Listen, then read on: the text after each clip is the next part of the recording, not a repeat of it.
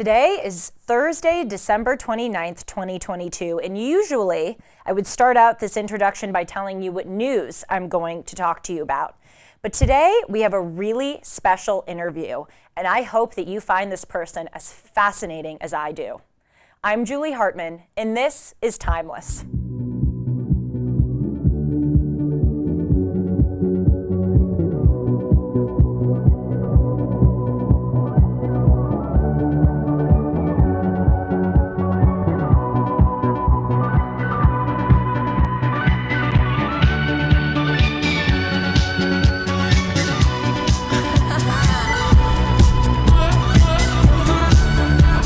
Some people have life experiences that are just so fascinating that I have to interview them for an entire episode. And Andrew Bustamante is one of them. He is a former covert CIA officer and a U.S. Air Force combat veteran. He's also the founder of EverydaySpy, which according to its website is, quote, an integrated education and training platform that teaches international espionage tactics that benefit everyday life. Andy, welcome to Timeless. Hey, Julie, I'm happy to be here. Thanks for having me. So I want to start off this interview by asking you a little bit about your childhood, because obviously going into the CIA is a pretty unusual line of work. So was there something growing up that influenced you or impelled you to do that? You know, it's a great question, and it's something that not many people understand. So everybody, I think, at some point in their life wants to grow up and be a soldier or a fireman or a spy, and I was certainly one of those kids. But the thing is, getting into CIA is often CIA's choice and not your choice. So it really wasn't until after I got in that I realized a big part of what they look for is the right balance of a traumatic childhood that generates a high-performing individual.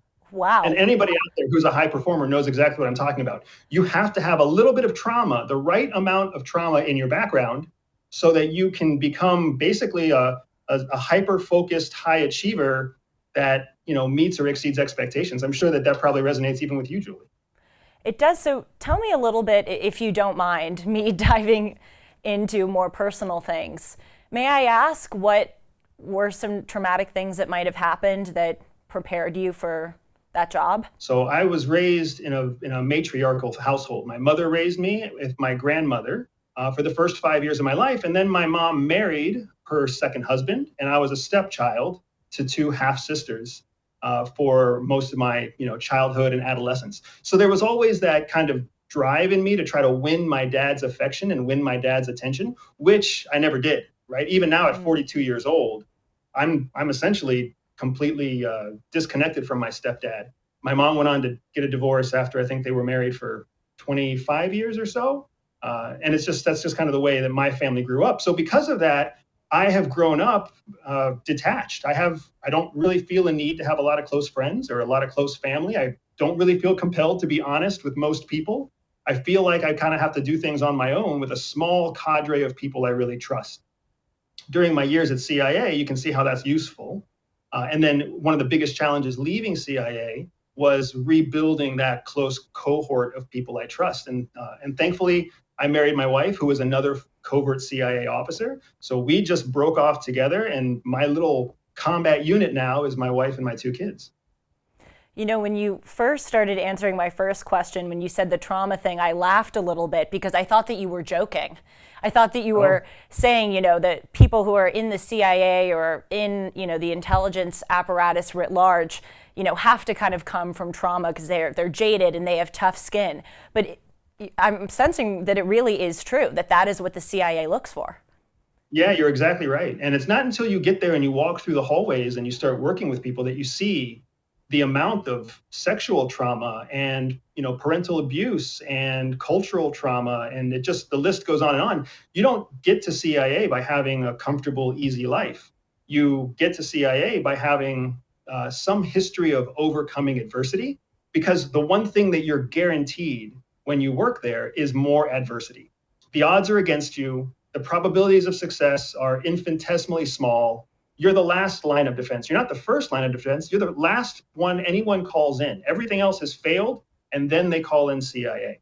So the only kind of way to succeed against those odds is to be willing to lose and to lose a lot in the hopes that you will win sometimes. So can you tell me a little bit about the selection and training process for this? How did they find you? Yeah, so I came from the military. There's a number of different ways that CIA recruits. Sometimes they recruit at college campuses. Sometimes they have an open internet site that people can apply. So there's some very traditional, non-sexy ways that people get recruited. But for me, I was a military officer. I was an Air Force Academy graduate. So I was really well known to the US government, right? I was government property. So when I went to leave the Air Force, I was actually trying to completely leave behind all things government. I wanted long hair, I wanted a beard, I didn't want to have to wear a uniform. So I was trying to leave the Air Force and go into the Peace Corps. And during that application process, I was intercepted in the middle of that application. And after going through my recruitment process, it became relatively clear to me that there was some kind of automated filter that was in the government world that identified me based on my language, my military background, my ethnicity. I'm ambiguously brown. That's very useful when you're trying to remain undercover overseas. So there's a number of tools at play, both digitally and in the world of human recruiting, that helps CIA find us. So that answers the kind of how I was found question. And then in the training pipeline, there's a lot of the training pipeline that's still classified, Julie. But what's relatively well known is that the interview process has multiple interviews. Each interview is kind of increasingly intense, from a general phone interview in the beginning all the way through what's known as a lifestyle polygraph at the end. And in a lifestyle polygraph, you're strapped to a polygraph and they're asking very personal questions about your drug history and your romantic history, and the list goes on and on. So that they can really delve into you as a professional, but also into your personal life, so they can really assess whether or not you're going to be a good fit for clandestine work. Is that where the trauma component comes up, like from your past? Is that where they try to kind of pull that out of you and see how it's affected you and how it would determine the kind of CIA covert officer you would be? Yeah, so really that comes in two parts. So in the second round of interview, you go through a very difficult psychological battery. So they put you through about a day or a half day of psychological testing. Some of it's to identify your personality, some of it's to identify your areas of compromise. So areas of compromise are those areas that we give in our life. So maybe we compromise by keeping our mouth shut in certain social settings, or maybe we compromise by giving up on health and diet and fitness goals in the best interest of other people, right? We all have these areas that we compromise. Some of us lie. We lie to friends and family and teachers and bosses and whatever else. So that psychological battery is designed to highlight, without you even realizing that they're doing it, it's designed for them to get a baseline on where are your areas of compromise, what are your fundamental kind of core personality traits, how will you respond when you are unresourced? Most people will never go through a series in their life or a period in their life where they are truly without resources, resources being time, energy, and money. So we all work very hard to maintain a steady stream of resources so that we can cope with the next day, right? But at CIA, they know that a mission is going to take all of your resources away. So they want to see, how will you react when you're 3 days without sleep, 2 days without food, mildly dehydrated, and under threat of imminent death?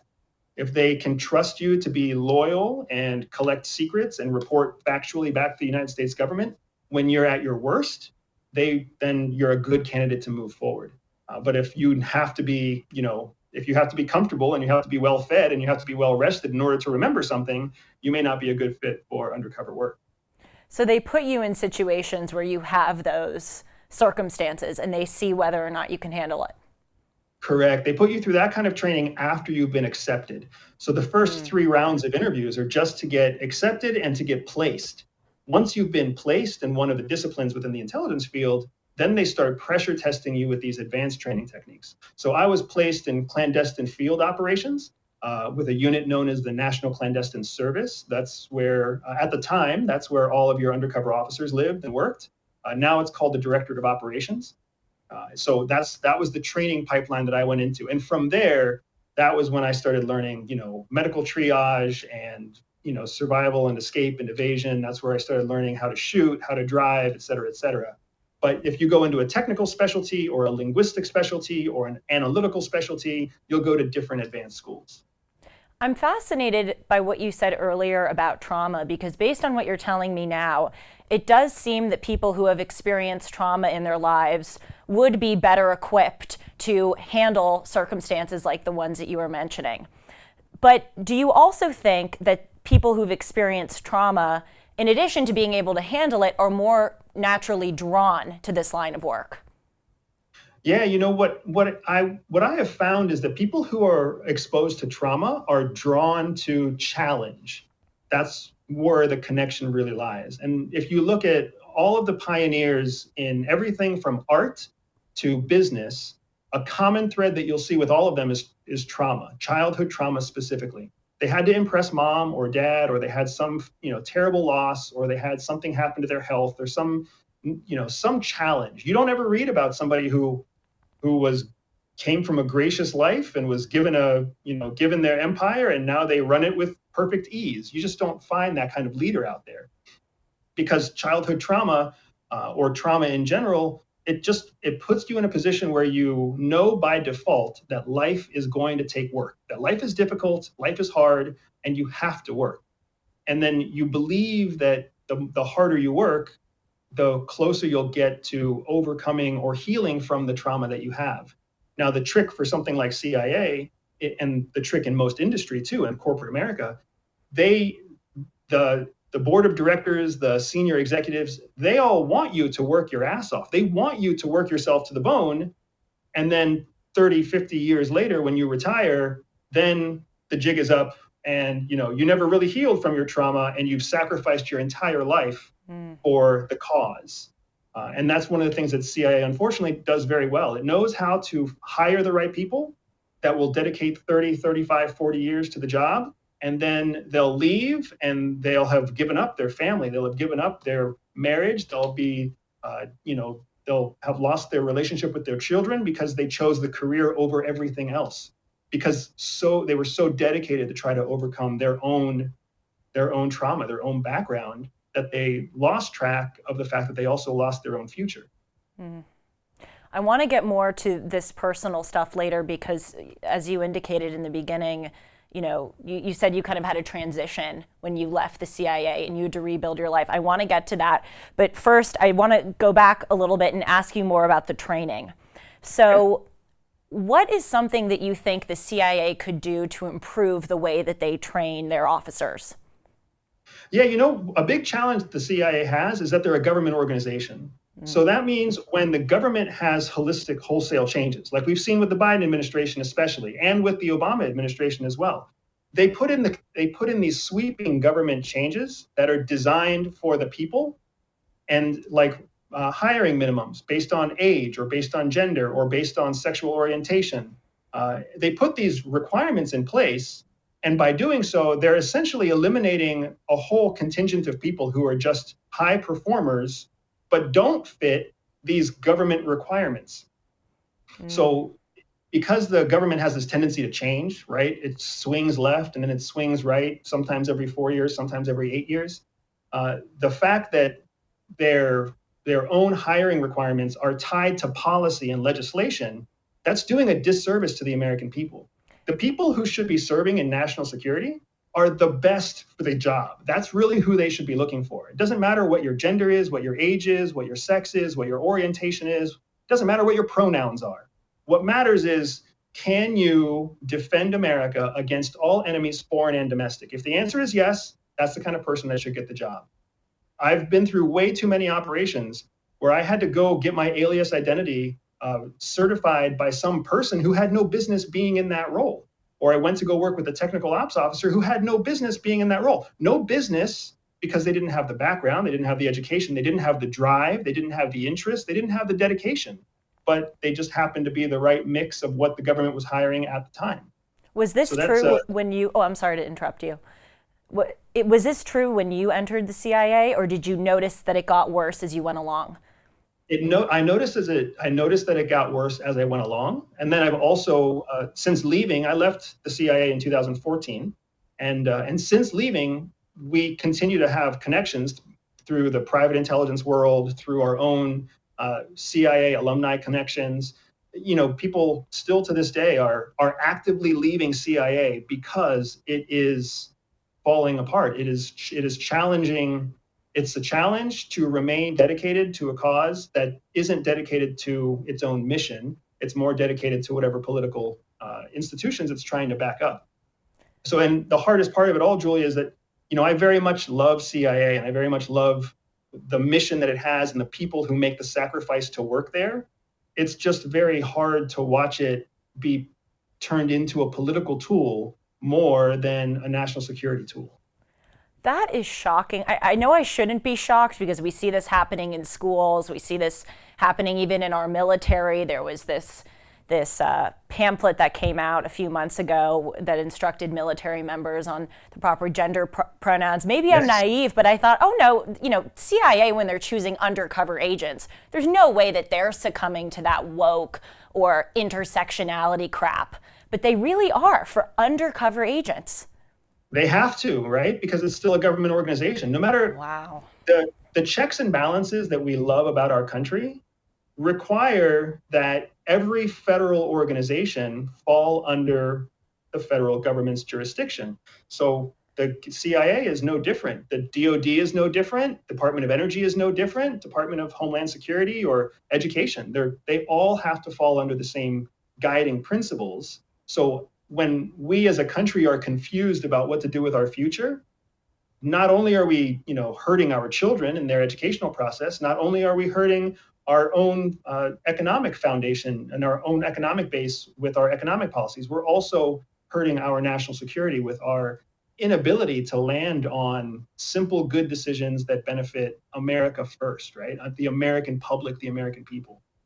So can you talk a little bit about the selection and training process for other foreign intelligence agencies, the Mossad, the MI6, the German or Russian or French intelligence agencies, and relatedly, how do you think the CIA stacks up against those other foreign intelligence agencies? Yeah, it's a great question, Julie. So every foreign intelligence service has its own recruitment process, and for the most part, foreign intelligence services are separate from their federal government. So BND, the German intelligence organization, or DGSE, the French intelligence organization, Mossad, SVR for the Russians, MSS for the Chinese, they're separate completely from the federal government. So the federal government has its priorities, and then it sends its priorities to its intelligence organization, and then the intelligence organization essentially doesn't have a blank check, but depending on the country, they have different boundaries that they have to operate within.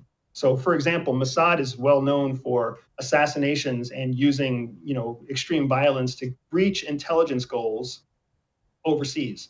That's an allowance, or that's an approval, an awarded right that the Mossad has given its intelligence officers that CIA does not grant to its own intelligence officers. So that's why CIA does not assassinate, and CIA cannot use lethal force without the approval of the chief executive, who is the president. And in that kind of lies the challenge. CIA falls under the executive branch, so it's a tool of the president. Whereas oftentimes overseas, intelligence falls under the military branch, or it falls under some other type of domestic branch. So it might belong to a senior administration official, but not necessarily the leader of the land or the leader of the country. And then, of course, there's layers of culture on top of that. United States is still a relatively young country. We're 270 something years old. You got a country like China that's 3,000 years old. You got, you know, Russia that's multiple thousands of years old. They have a completely different set of experiences in terms of understanding the impact of when their foreign intelligence becomes a tool of policy, and they don't want to go back to that. So they give them a little bit more leeway. They use them like a weapon instead of like a tool. If that makes sense. Can you explain more about the advantages or disadvantages of having the CIA be under the executive branch in our country, whereas in other countries it's under the military branch? Yeah, so one of the big advantages that we have is that the president can make independent decisions without needing the Congress or the House or the Congress or the Senate to support him or her. Because the under the executive branch, there's something called a finding, which means the president can essentially found or create a finding for a specific high impact issue of national security. And then through that finding, they can bypass the other branches of government in order to dedicate CIA resources to execute against that finding.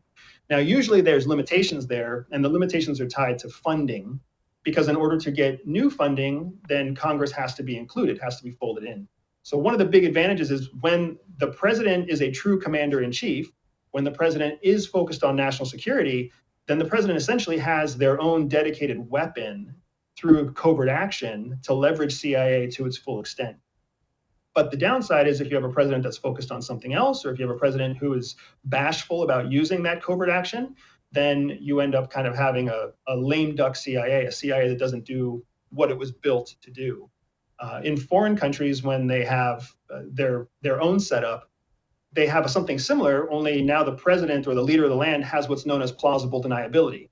Our president also has plausible deniability, but there's a difference between pretending like you don't know what's happening, which is what our president does, versus actually not knowing what's happening, which is what some foreign governments have. They have a true layer of division so that a covert action that goes bad, the president of the country or the prime minister of the country truly has no idea what it was. So they are truly safe from or exonerated from any legal repercussions. Where in the United States, legally, our president can claim not to know what's going on, but in reality, they have to know what's going on when it comes to the CIA. I think we all know that the CIA has gotten a bad rap over the past century with promoting various coups around the world. The obvious examples are Iran, Cuba, South Vietnam, Cambodia, Chile, Libya. Do you think the CIA has kind of changed its strategy, seeing how those coups have worked out? Yeah, it's another really good observation. So what you're seeing when you look through the lens of history is an adolescent organization figuring itself out. And not to mention the fact that it's a tool of the executive. So to look at CIA through time, through history, you also have to look at the politics through history and how society and the political ramifications of society were changing at the same time. That doesn't mean CIA gets a pass. It's just demonstrative of the relationship between the White House and the CIA. So, a number of your examples through the 50s, 60s, and 70s, that was a really challenging time. If you put yourself in the eyes of people at the time, you had the spread of communism. You had the worry of the United States not being a global superpower.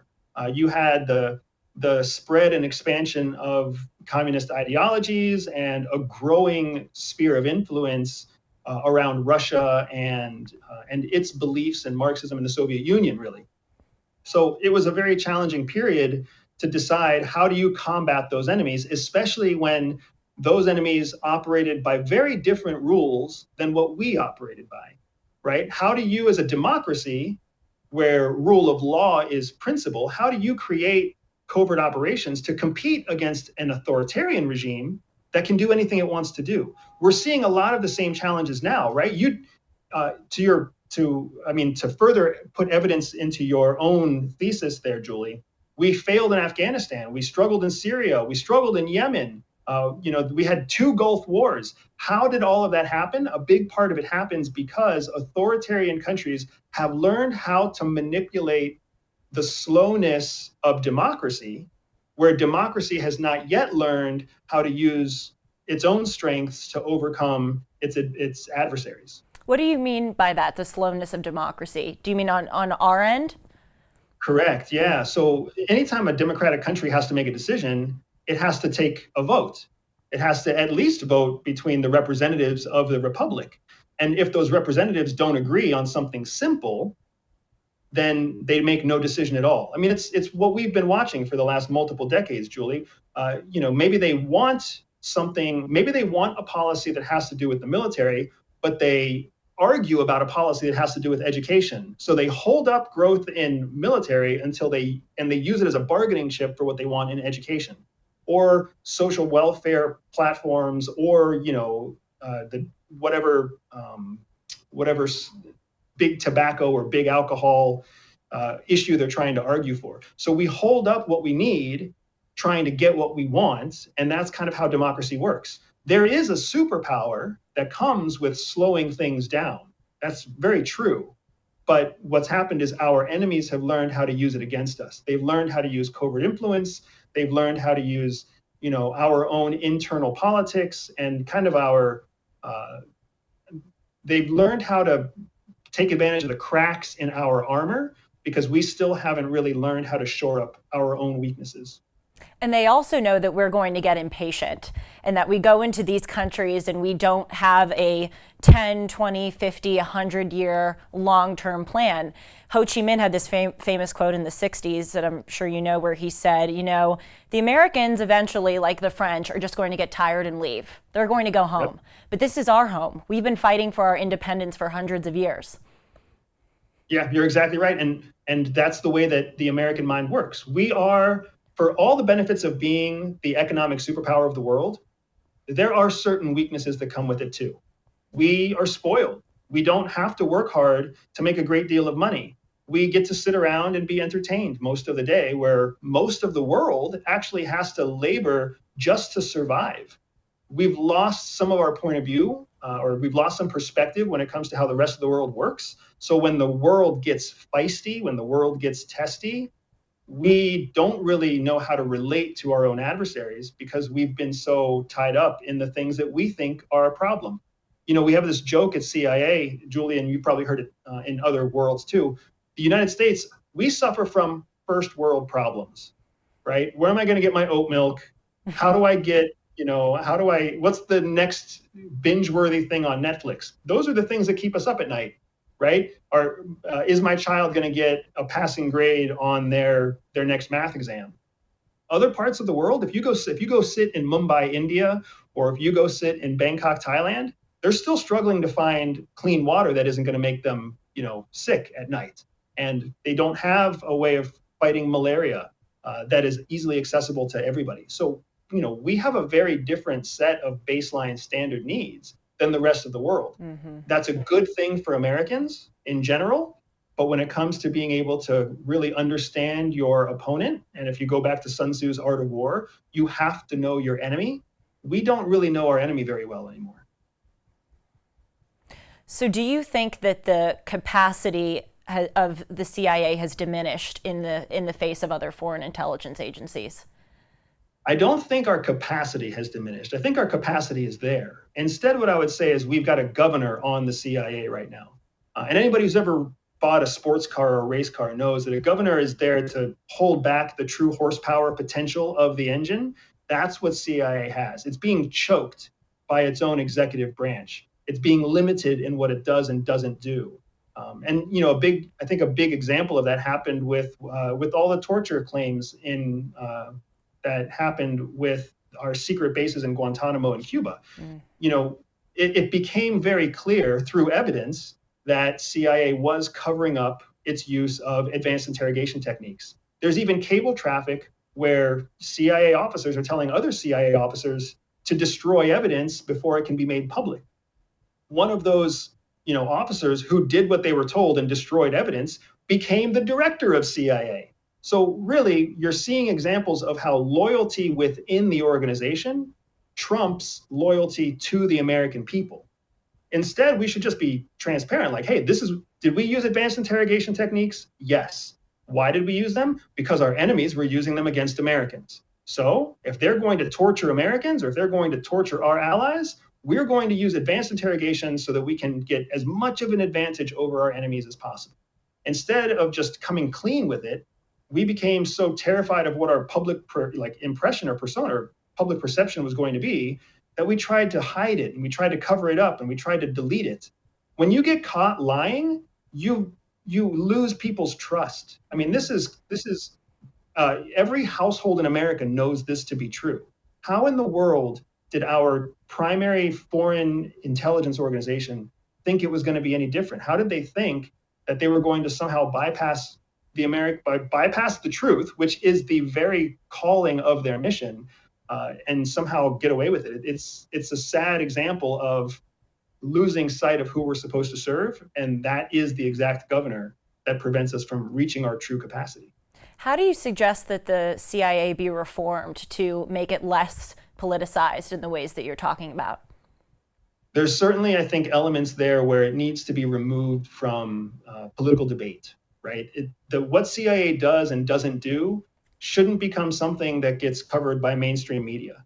We had a test when we were at CIA. I became a mission planner in my final years at CIA, and we had this test called the Washington Post test, where literally senior managers would sit around a table and say, here are our best 3 options against whatever the mission might be. Now we have to test it against which of the headlines is acceptable if the Washington Post finds out that we did this. Wow. The fact that we even have to consider how is the media going to twist and spin this in the worst possible way. That should not be a calculation that goes into planning for American national security. It just shouldn't be. So does that mean that we have to quiet the media? No, we don't have to hide it or quiet it, but we should say, hey, American people, this is what the CIA did. If it comes out, then a CIA spokesperson should say, this is what we did, this is why we did it. Do you like that or not? If you don't like that, take it up with your president. If you do like it, give the credit to your president. But the idea that CIA operates on its own and that CIA is this rogue organization is, that's something that comes about because people believe what they see in TV. They believe what they see in the movies because CIA doesn't correct it. I mean, it was only in the last 3 months that CIA came out with their own podcast. That's crazy, right? When you let a mystery sit for too long, it becomes a conspiracy. What you need to do is give people enough context to understand what it is that you do, who it is that you serve, and let the American people know that national security is the most important thing at CIA. The men and women walking through the halls of CIA right now are there to serve the American public. They're not there for any other reason. Unfortunately, the American public suspects that they're there for some other reason because of this unnecessary veil of secrecy that turns into a veil of conspiracy. Andy, what is a country that you think that we're underestimating? There's a number of them out there that I would honestly say. I think that we are, as an American people, I think we're underestimating Russia for sure. The reason that you see so much money continuing to go into the conflict in Europe right now is because the United States knows we need to weaken Russia. And the best way to weaken Russia is to continue funding Ukraine's fight against Russia. Putin is not making up, he's not making up any kind of influence campaign when he says that Russia is in a war against the West. Russia is absolutely in a war against the West. The UK, the United States, Canada, we're all funding and sending weapons to Ukraine specifically so that those weapons can be used to weaken Russia without us having to use American, Canadian, or UK troops to weaken Russia. This is global competitor analysis 101. This is crystal clear. It has nothing to do with hearts and minds or making up some kind of lie. So I think that we're underestimating Russia. Every time we think that they're on the brink of collapse or that Putin is crazy or he has brain cancer, just look at the last 10 months of crazy headlines that have come out. It shows you how much we are underestimating what is one of the only 3 global competitors in the world, Russia, China, and the United States. I also believe that we are underestimating China, but that China is doing a better job of keeping themselves out of the main spotlight. Most Americans, don't really think too negatively of China yet, and they don't ever think of a conflict over Taiwan. That's a good thing for the Chinese. Again, if you go back to Sun Tzu's Art of War, it teaches you to stay quiet so that the world underestimates you until it's time for you to strike. China's game plan is very clear, and they've communicated it for decades. And then the third country that I think people don't really think about is India. India is a fantastic example of, can you trust them or can't you trust them? Because they belong to a trading group called the BRIC, which is a group that includes both Russia and China. However, most people would think that India is a US ally. However, India is currently serving as one of the primary buyers for Russian oil in the face of all of the sanctions against Russia. And India itself is in conflict in many ways for border disputes with the Chinese. So the future of whoever does lead the world, in many ways, India is going to be one of the deciding factors in who is the future global superpower. But you don't hear that very much here in the United States. That's a fascinating argument. I was expecting you to say Russia and China. I was not expecting you to say India, because we don't think of it as a particularly, powerful country. Do they have a foreign intelligence service in India? They actually have one of the best foreign intelligence organizations. Wow. They have something called the Research and Analysis Ring, the RAW, R-A-W. And the reason you don't hear much about them is because India's primary enemy is Pakistan. Pakistan's primary enemy is India. So you have these two countries that are kind of locked in a battle between the two of them, and the rest of the world kind of ignores it. But what's important to understand is that they've been fighting each other in the intelligence world for hundreds of years, which means they've got hundreds of years of practice with very non-traditional intelligence tools, from extremist activity and funding extremism. We found out about that in Pakistan during our own war on terror, all the way to the funding of extreme groups, far left or far right leaning groups, which is one of the primary tools that India uses against Pakistan. Is they will fund both sides of an argument just because they want to see more chaos inside of Pakistan. And somehow, and through the lens of the United States, both Pakistan and India are technically allies to the United States. So we are somehow allied with two countries that are primary competitors against each other, both militarily and economically. And what does that mean for how much we can trust one to cooperate with us against the other, or vice versa? Do you think that India's adversarial relationship with China can be used to our advantage? And if so, how can we play into that? Yeah, absolutely. It can be used to our advantage. I think one of the challenges that we have is that America is really focused, and for sure under the Biden administration, and carry on under the Obama administration, with Trump kind of as a space in the middle where we had different policy. But from Biden all the way, from Obama's 8 years into Biden's 2.5, 3 years, what we see is this impetus to make us this influential force in the world instead of a force to be reckoned with in the world. A powerful force. Exactly. So because we've been focused so much on influence, a country like India doesn't care about influence. Again, this is first world problems in the United States, third world problems in India. India is just trying to keep they're just trying to keep their children from dying of preventable diseases. And they're trying to prevent against having, infectious disease spread because they have bad sewage or bad septic systems.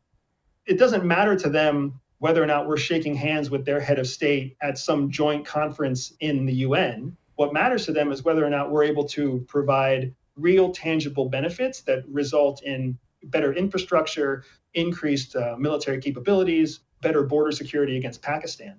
That's not what America's focused on. So we don't get to leverage their animosity against China because we're not speaking the same language that they are. They're trying to survive, and they see China as an imminent threat against their border. We're trying to say, no, India, what you really need to do is worry about, human rights and whether or not workers are getting a fair wage for creating, spun cotton.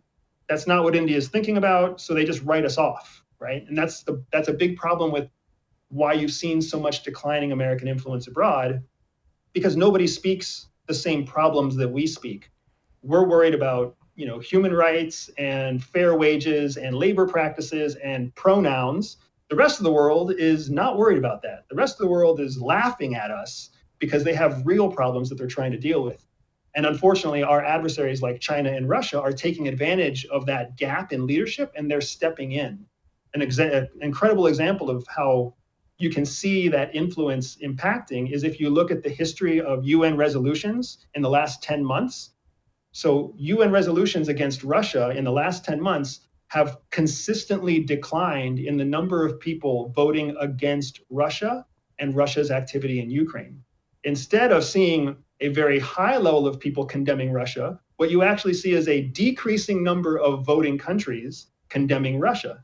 And this is in the UN. It's very measurable. It's something anybody can look up online right now. You actually see fewer people condemning Russia, fewer countries in the UN condemning Russia, and more countries abstaining, which is in fact showing their support of Russia because it has so much influence in terms of the things they care about.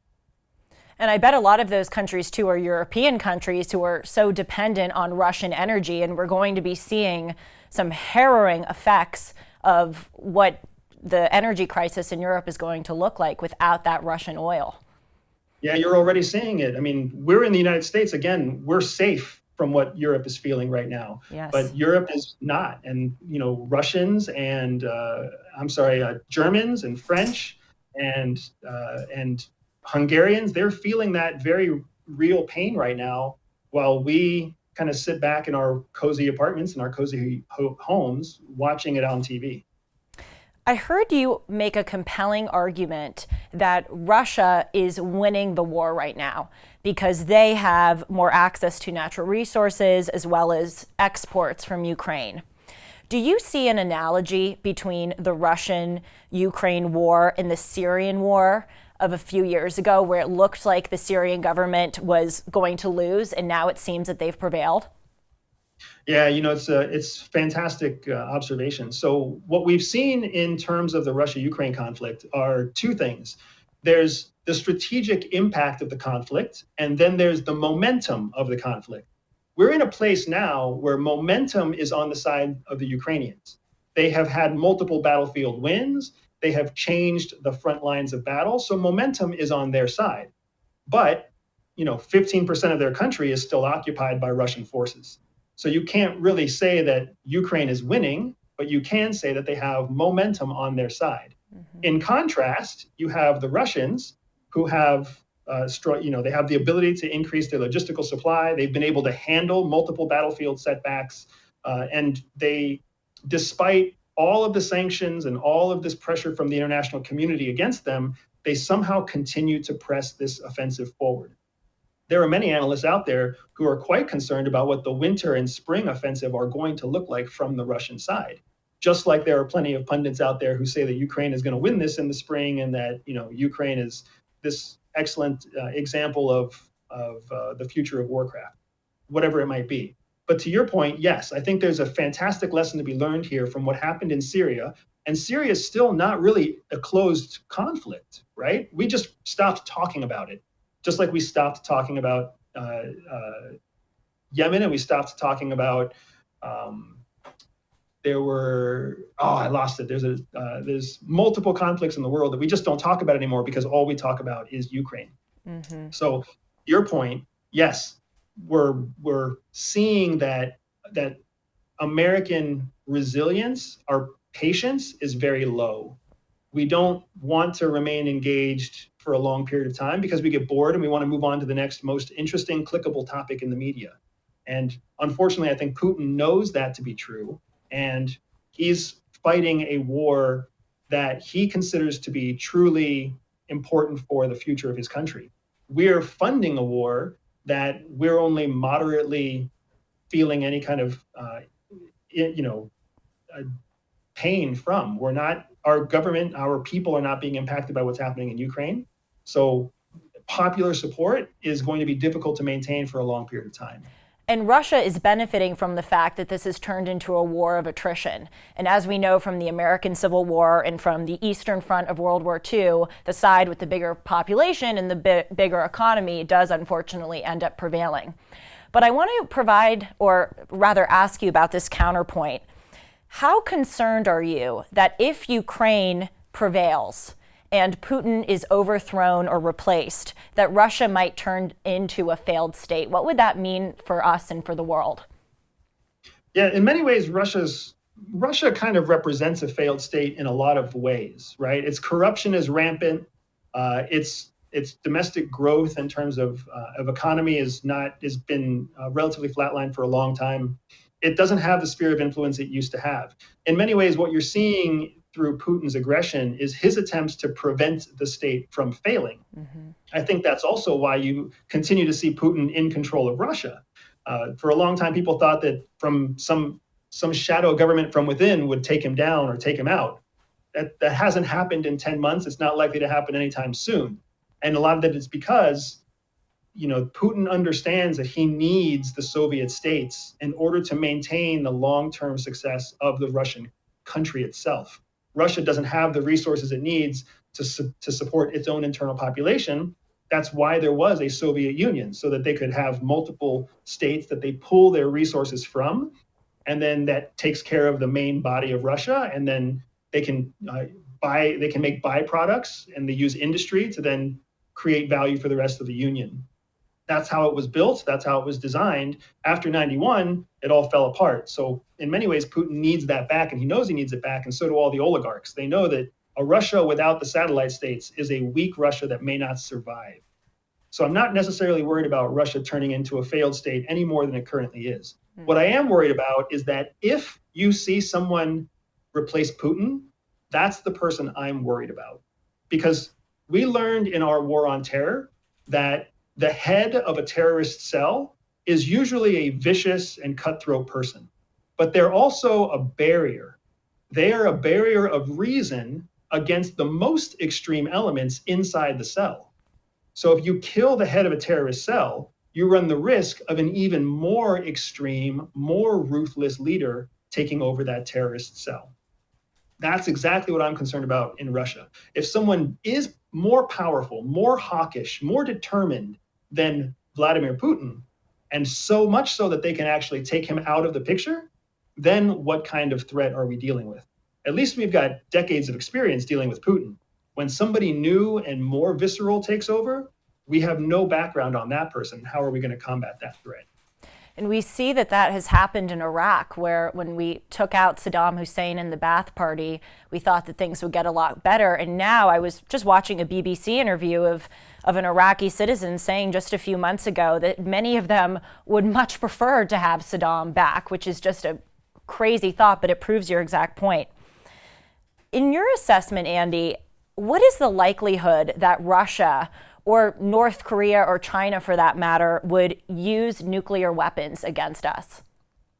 I think it's extremely low that the United States has to worry about any kind of nuclear threat in American homeland territory.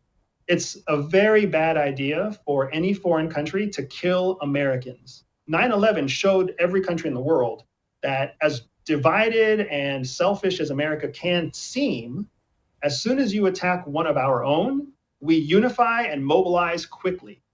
So the idea that a nuclear weapon is going to get launched at Washington, D.C. or Chicago or Miami or any major city in the U.S. is extremely, extremely unlikely. But I would say it's much more likely that you will see some sort of nuclear device or a dirty quasi-nuclear device that's used somewhere in Europe. It's not a high probability. I wouldn't give it more than maybe 40% or 30% chance. But the more that we press on the conflict in Europe, the more that Russia is forced to fall back on its own nuclear arsenal. And it knows that it has control of Russia and control of Belarus, for the most part, as a shadow proxy state of Russia. And those are the two countries that would suffer the most from any kind of nuclear fallout if there was an attack in Ukraine. Similarly, if Russia were to send any kind of nuclear weapon into a NATO country, that would trigger Article 5. So they don't really want that.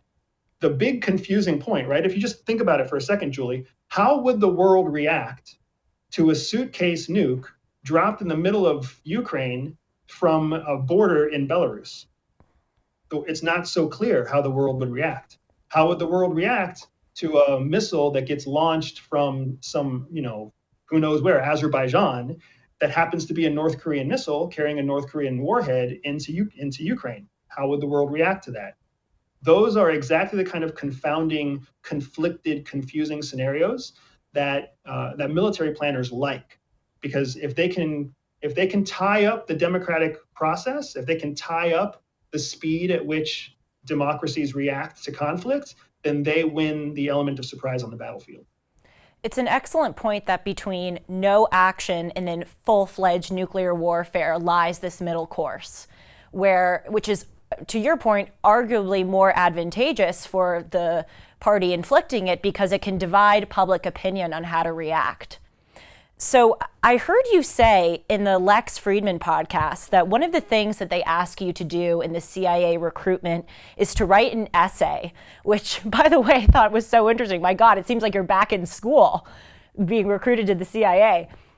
But one of the things that you said was that they ask you to write an essay about 3 parts of the world that you think will be the biggest trouble spots for the United States in the next 5 years. What would you say those are? It's a great question. So when I look at it right now, I would absolutely put China and Taiwan at the top of the list. I think that is an imminent threat that we're going to have to deal with before the next presidential cycle. And even more to that point, the policy that we put in place every day right now in our chip war against China, our semiconductor and our chip war that we have against China with Taiwan, the more pressure we put on China, the more we force them to take action imminently. They know that they can't sit back and wait 5 years and give us a chance to fund Taiwan. So we have to take some kind of action now. So I would say China is very much at the top of that list. I would also say that Iran is at the top of that list as well. So China in the number 1 slot, Iran in the number 2 slot. A big part of that is because Iran is essentially the fallback partner to Russia. Not many people know that, but Iran and Russia walk in lockstep with each other, and they have for many decades now. So as Russia continues to take the brunt of the world's conflict right now, Iran is there to support them on the back end and to replace them if they do turn into a more failed state. And then third behind there, that's where it starts to get a little bit tricky. In some ways, I would say that Germany is a concern for me. And I say that because Germany has made very audacious claims that it wants to become the new leader of Europe. It's making good decisions. It wants to lead Europe because right now, the Chancellor of Germany recognizes that the United States leads Europe. And the United States does not have the same, things to lose that Europe has. So a truly strong European country or a truly strong European Union led by a European country is a huge risk to the United States and our ability to spread our influence and our policy around the world. Does that mean we're going to go to war with Germany? No. But it is really interesting to see such a significant change in the attitude that NATO has in just less than a year since the Ukraine conflict started. Do you think that the turmoil in Iran may make it less likely that it would stand in the number 2 slot? No, because turmoil in Iran is constant. It just doesn't always make headlines, right? And Iran has a long history of taking any kind of resistance and just absolutely violently pressing it down until the resistance stops. And we've already seen that happen with, some of the public protests that have happened in the last 4 or 6 months in Iran. The leadership, the religious leadership, the morality police, while they might have been disbanded, that just means that they're taking a different name. But that is the authoritarian way of solving problems. You make them go away through violence and oppression. And that's the same thing that China has done with its zero COVID policy. It had public protests. It made them go away. Was there a public statement? Yes, there was a public statement. Was that public statement consistent with reality? Of course not. That's the benefit of an authoritarian government. It doesn't have to be honest. It can just lie to the face of the people, and it controls the media. So nobody really knows exactly how it's playing out.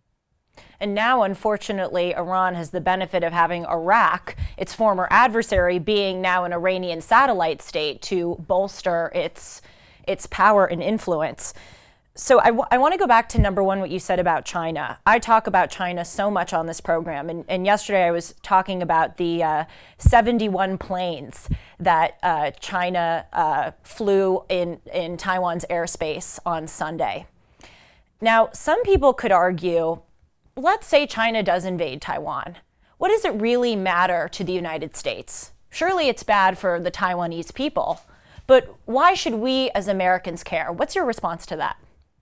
Yeah, it's the right question to be asking. And I think that's the question that senior Chinese war planners are asking every day. What does it matter to the United States? we are really economically more interested in having supply to our high-tech industry. That's why the United States cares about Taiwan. We care about Taiwan because they control 95% of all the chip manufacturing in the world. And currently, that manufacturing process happens in Taiwan and is shipped through China on its way to the West.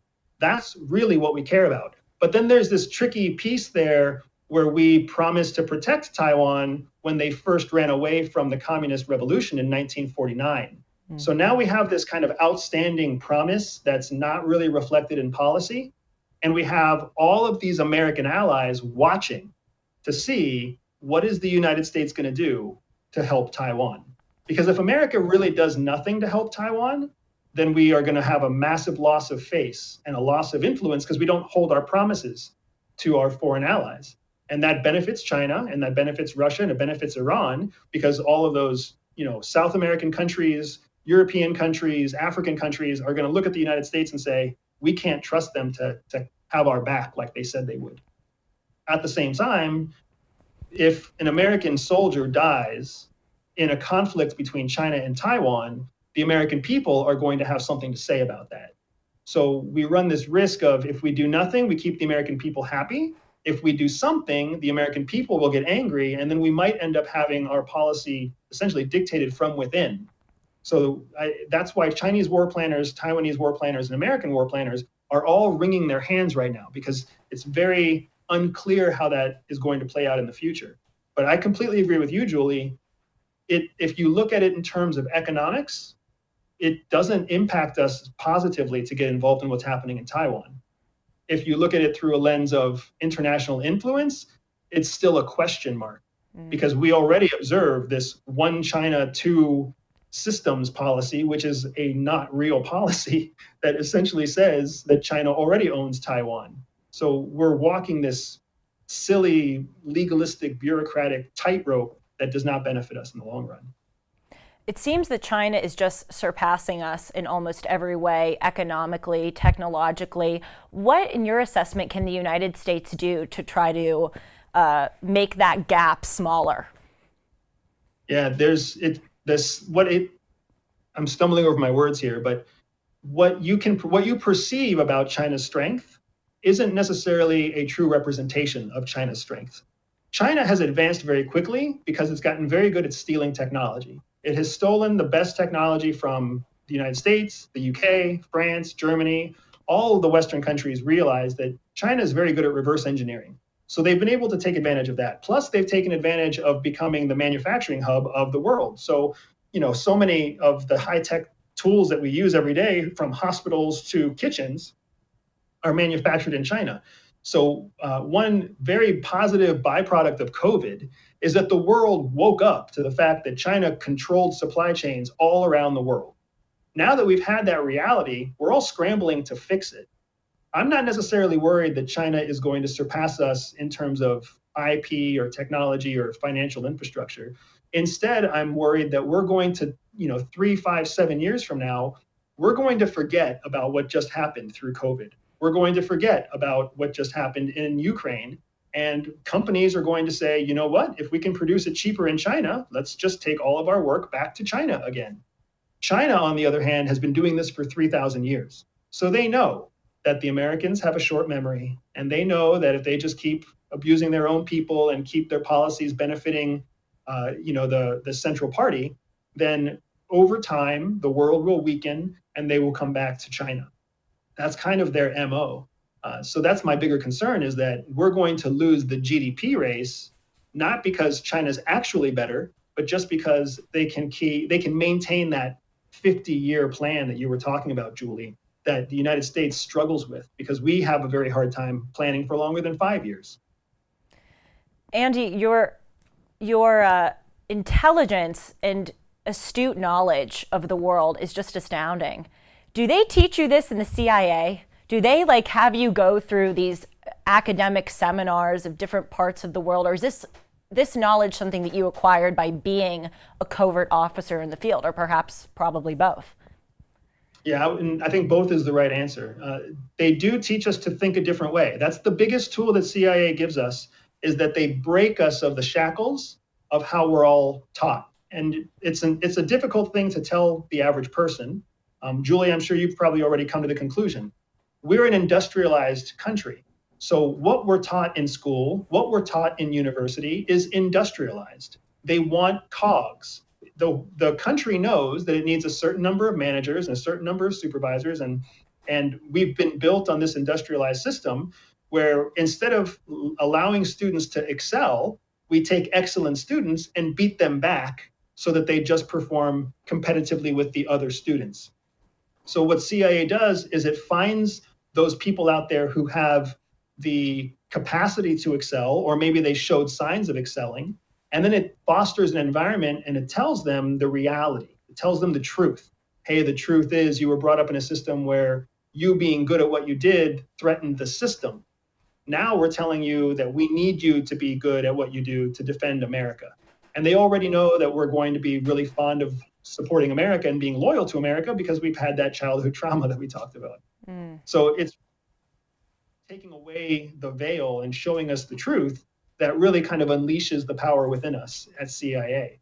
And the truth is that we could do that with every American, but to do that, we would undermine our own system, which kind of forces everybody to be mediocre to average so that the system can maintain its value. Wow. That's pretty shocking to hear.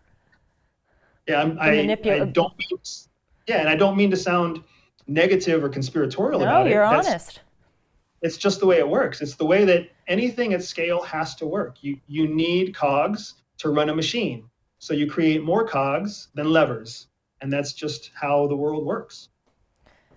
I could and want to talk to you all day about various topics, but I know that we have to end the interview soon. But I do want to spend the last few minutes, returning to some of the more personal things that we talked about at the beginning here and what you just referenced.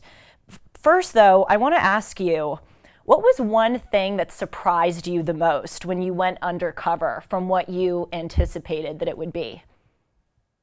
I would say two things surprised me. So the first, it's amazingly simple to go unnoticed. It's kind of jaw-dropping how easy it is to go in and walk around and leave a location without anybody even knowing you were there.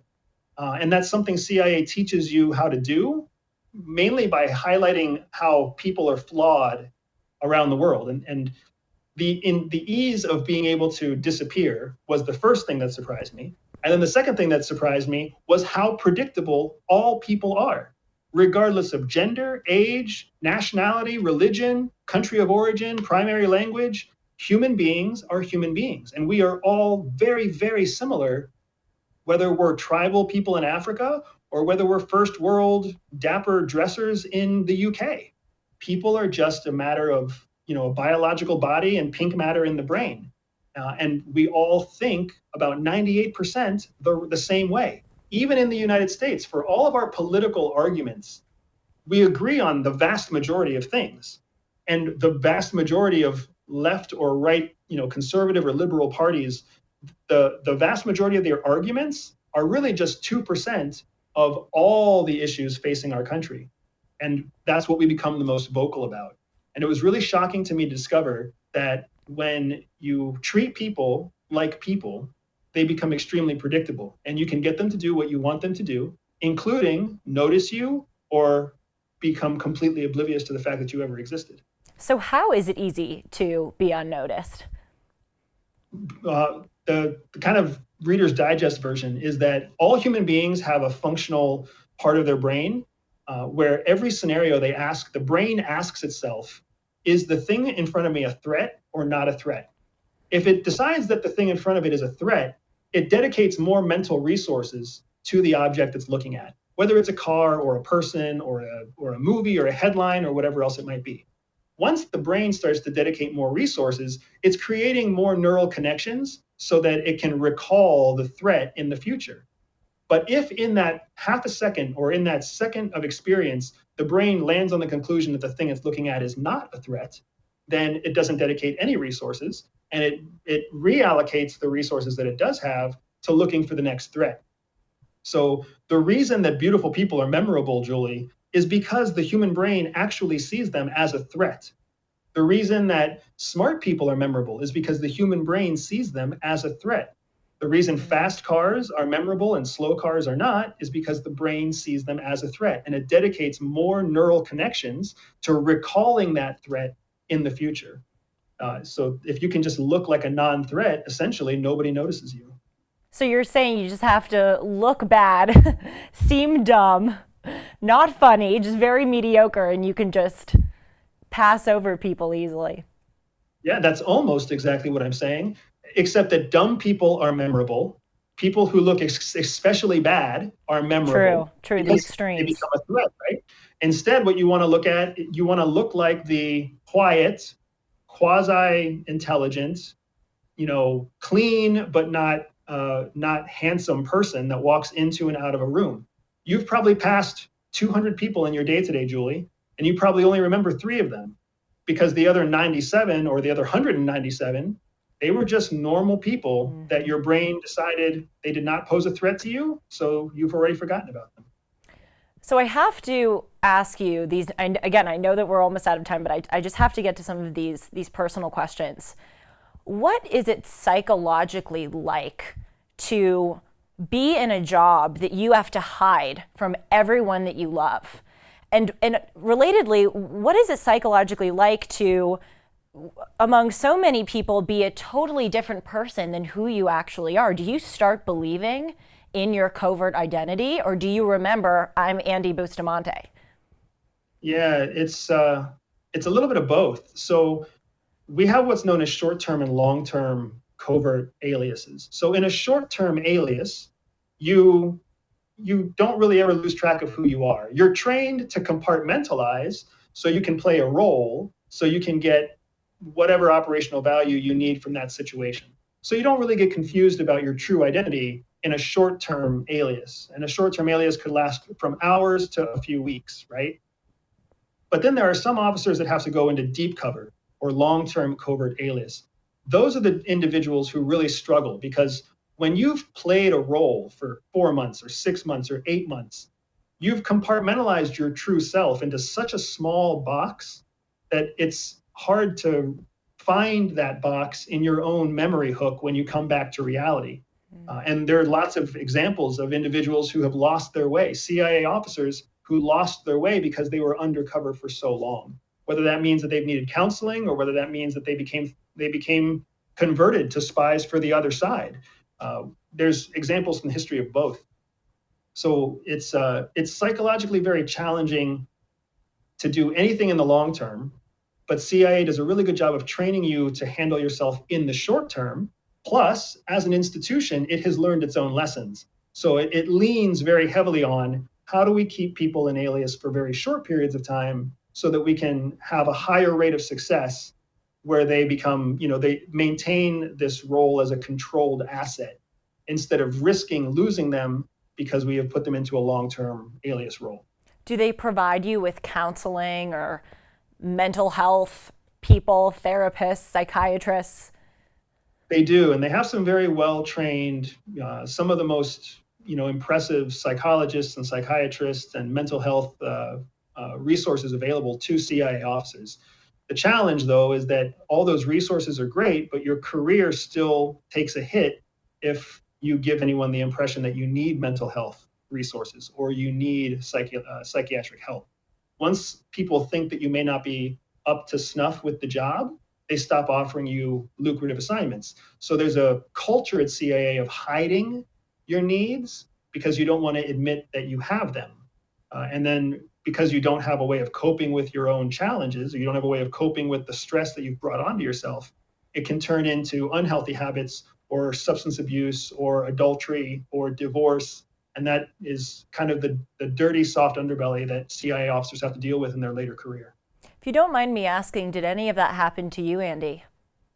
I was fortunate because my wife and I ended up being a tandem couple. So we actually met and dated and got married at the CIA.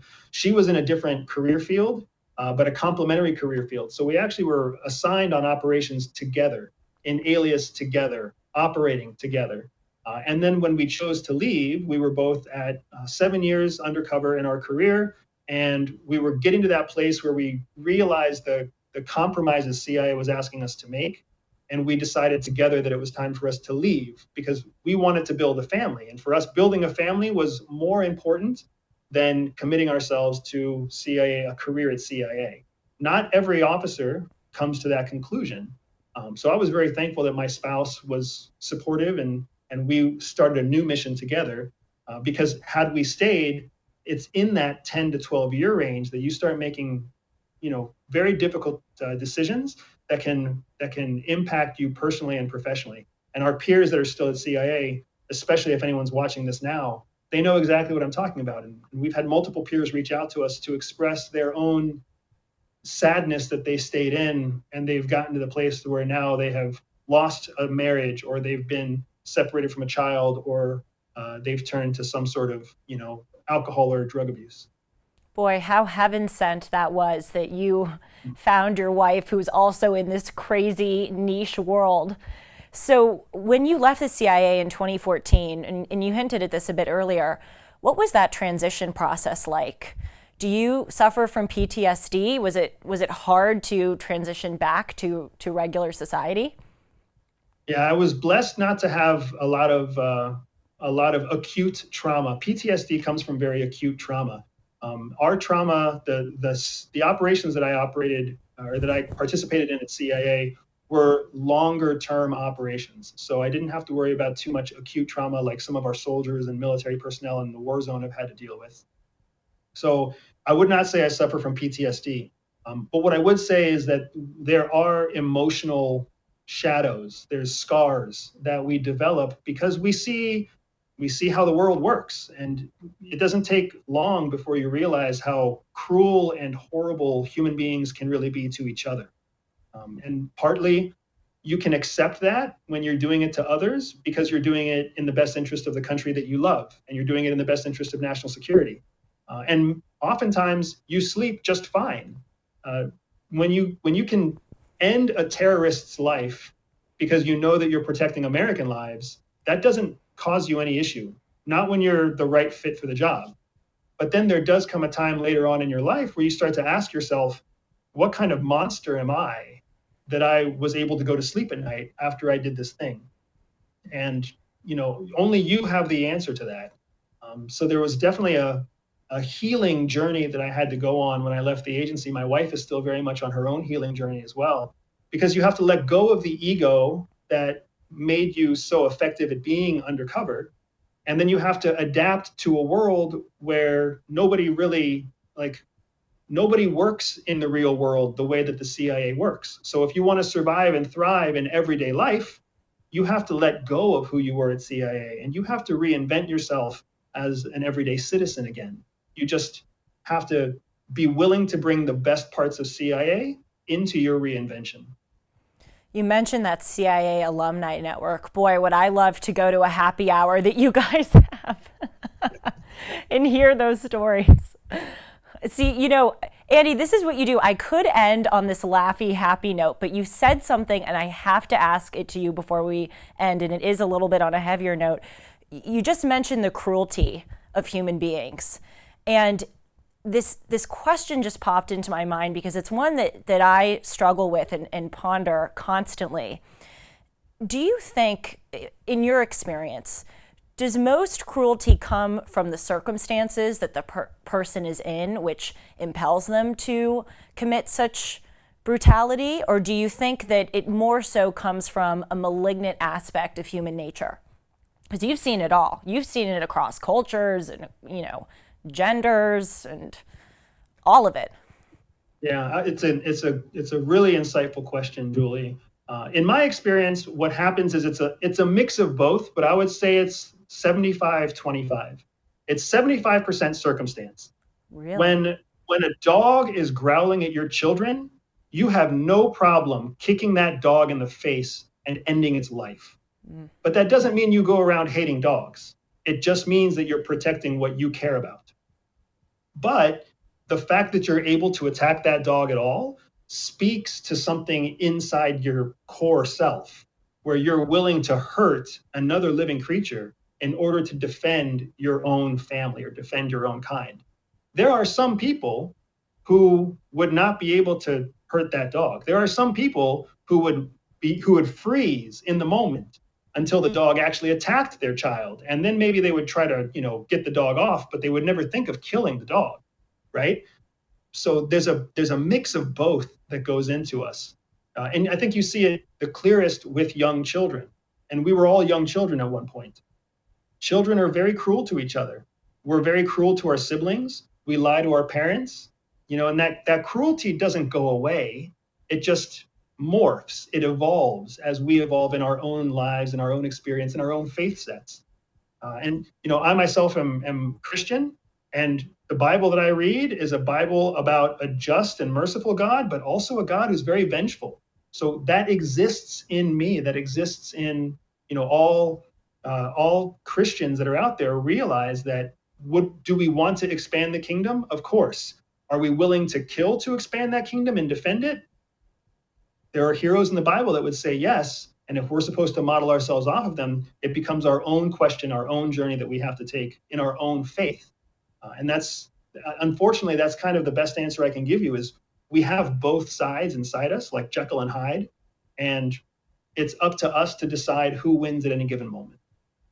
Okay, I promise you this is my last question, but what you just said, I have to ask this too. Are most people in the CIA, especially covert agents or spies, do they have a religious background or a worldview that's rooted in Judeo-Christian values? I can imagine that must be so important to do the kind of work that you do. Yeah, and the answer is yes. It's a mixed, of course, it's a mixed representative population, right? It's the government, so they don't hire based on your religious beliefs. However, once you're there, it becomes very clear that it is majoritively Judeo-Christian. It is majoritively Christ believers, Christ followers of some sort or another, whether they be Messianic Jew or whether they be, Protestant Christian or Catholic or even Latter-day Saints. There's a very strong tie to the Christian foundations that our country was built around, because many of our policies, many of our strategies are very much tied to that Judeo-Christian foundation. We're not Buddhist. We're not a Buddhist country, so we don't aspire or we don't, create a number of Buddhist belief sets that dictate our policy. That's not how we work. We're not atheist. We are a Christian nation at our start, and as much as we are evolving to develop our own belief system in the future, when it comes to national security and DoD, from the hierarchy to the order and structure and even the terminology that we use, you can see that it has its roots in Judeo-Christian belief. Well, Andy, I just thought this interview was so boring. I was just bored to tears the whole time, you can tell. I wish I could keep you on for hours and hours and hours. I look forward to having you on the program again. Thank you so much for coming on, Andy. It's my pleasure, Julie. Thanks for having me, and thanks for spending some time with me tonight. And everyone, check Andy out at andrewbustamante.com, and especially check out his consulting service called EverydaySpy, where he uses all of the vast knowledge and wisdom he has to help you lead a better life. See you soon, Andy. Thanks, Julie. Take care. Thanks for joining us today. And remember, like a sculptor starting with a block of clay and the tools to form it, each of our thoughts, choices, and actions shapes who we are. So let's think clearly, choose wisely, and act with principle and determination. See you tomorrow. Thanks so much.